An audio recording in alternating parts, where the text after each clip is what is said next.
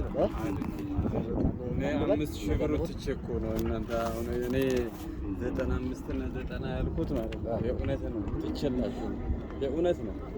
እኔ ምን ያደርጋል ይበቃል። 90 ይበቃል። አባ ደስ ይለኛል ቢሆን ያለ በረከት ስለሆነ እናንተ ይቀመጣል። ችግር የለው።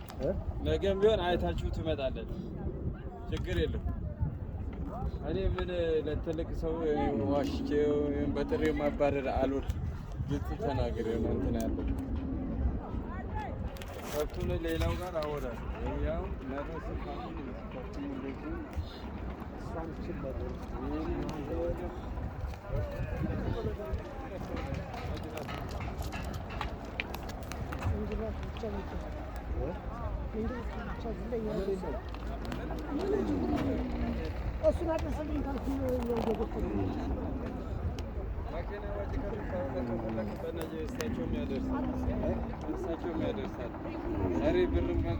ለዋስትና ይዞ ይመጣል። ችግር የለውም።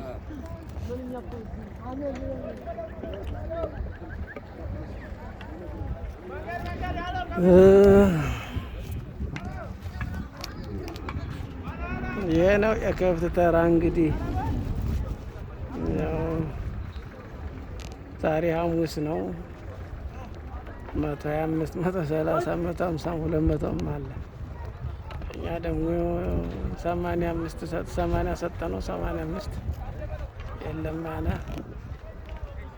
እንግዲህ የሚታይ ነው ከብቱ ሁሉ 125 ይላል 120 ይላል 110 ይላል እና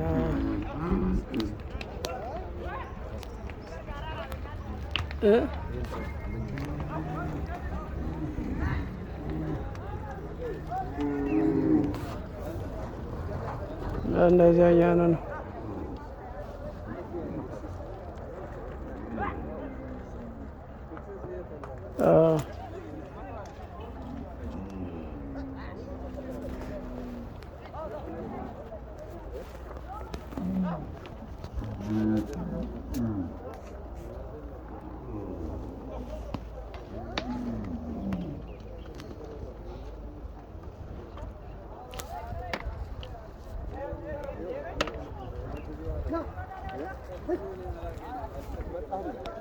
እዛ ፍየል እገዛለሁ ብዬ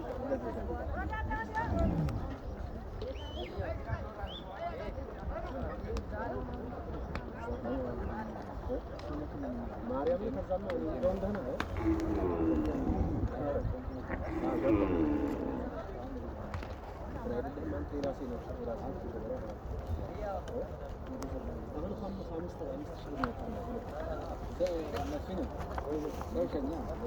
እኔ ብያለሁ ስልክም አንተ እንደው እንድትመጣ ነበር።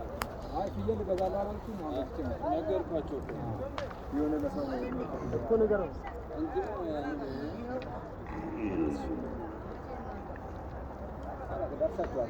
ምንም እግዚአብሔርን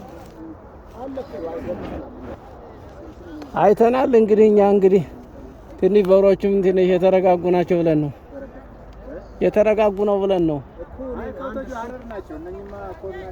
አንድ እሱ ነው። አሁን እኮ ምንድን ነው 5000 ብር ነው ያጣላል እኮ በዩ ነው አመድ ምናምን ነገር የለም። አንተ ለሱ አይ የለኝም ማለት ነው። አቆማቸው እነሱ ነው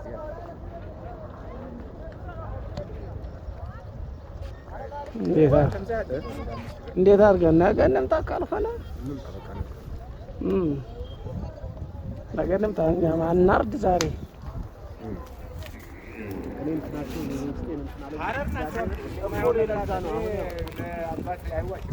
አይ ማን አንተን እኔ ለኔ ደላላ አይደለ አንተም አይደለ አይዋሽም ሲል አባት እውነቱን ተናግራለህ ለራስ